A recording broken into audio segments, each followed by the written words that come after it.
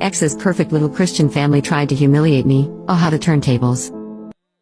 This story is now somewhat famous in my circle of friends, and one finally roped me into spilling it on here. Here you go, Evan. This is the tale of myself and this perfect girl named Charlie. Part 1, Exposition. This took place roughly 2 years ago, at the twilight of my senior year of high school.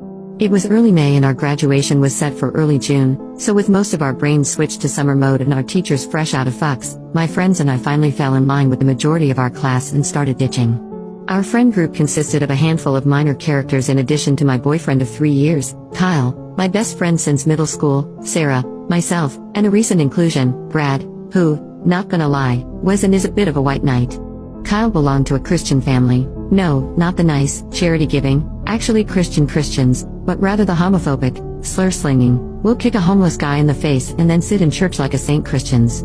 They always went to church every Wednesday and Friday, and while they invited me, I never went due to being A, an agnostic, B, a closeted bisexual, and C, almost physically sick from their hypocrisy.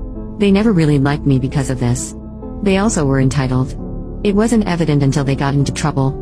You see, they helped organize the church's funding, grants, donations, charity, maintenance, etc., which put them pretty high on the pecking order. The church, while not the centerpiece of our part of town, still claimed a lot of the district's authority figures as patrons. It was the sort of unofficial institution that sneaks its way into politics without ever being directly involved.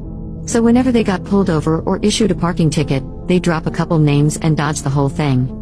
Kyle himself was decent. I'd known him since elementary school. He was usually nice, and he was hot, shallow, I know, but it was high school, so I tolerated his idiotic and oftentimes narcissistic behavior. They treated him like God's gift to earth. But it was his sister, Charlie, who redeemed the whole family. She was a year younger than Kyle and I, and was the only genuine Christian in the group. However, she also had an impish